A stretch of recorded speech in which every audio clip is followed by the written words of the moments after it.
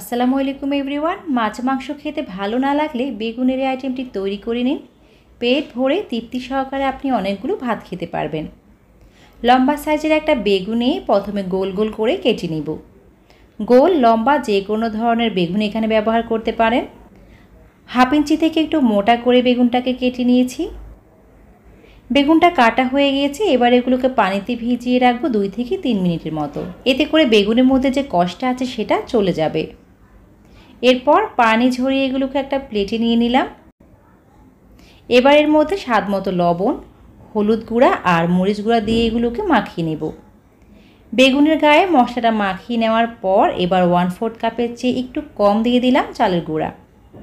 খুব ভালোভাবে বেগুনের গায়ে চালের গুঁড়াটা কোট করে নিব। চালের গুঁড়ার পরিবর্তে কর্নফ্লাওয়ার অথবা আটা ময়দা ব্যবহার করা যাবে। মাখানো হয়ে গেলে চুলায় একটি প্যান বসিয়ে 1/4 কাপের মতো দিয়ে দিলাম তেল। তেলটা গরম হয়ে এলে সবগুলো বেগুন একটা একটা করে প্যানের মধ্যে দিয়ে দিব। চুলার আঁচটাকে মিডিয়ামের চেয়ে একটু কমিয়ে রেখে বেগুনের দুটি সাইডে গোল্ডেন ব্রাউন করে ভেজে নিতে হবে। সবগুলো বেগুন ভাজা হয়ে গেলে একটা প্লেটে তুলে রাখছি।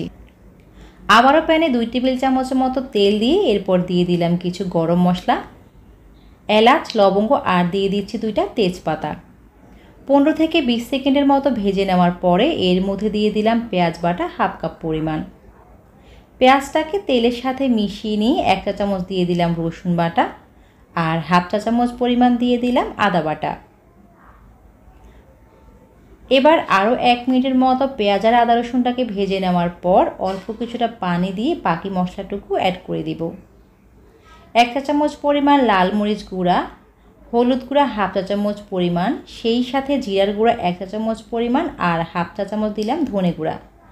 আরও দিয়ে দিচ্ছি 1/2 কাপ পরিমাণ টমেটো পেস্ট আর দিয়ে দিলাম স্বাদ মতো লবণ।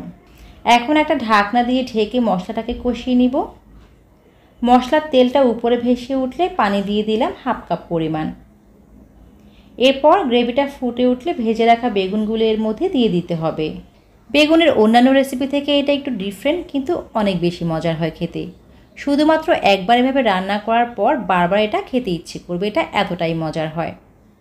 রান্নাটা হয়ে গিয়েছে, এখন এটাকে গরম গরম ভাতের সাথে সার্ভ করতে পারেন। আশা করছি রেসিপিটি ভালো লেগেছে। রেসিপি ভালো লাগলে অবশ্যই বাসায় ট্রাই করবেন আর আপনার প্রিয়জনদের সাথে ভিডিওটি শেয়ার করে দেবেন। সবাই অনেক ভালো থাকবেন। আল্লাহ হাফেজ। আসসালামু আলাইকুম।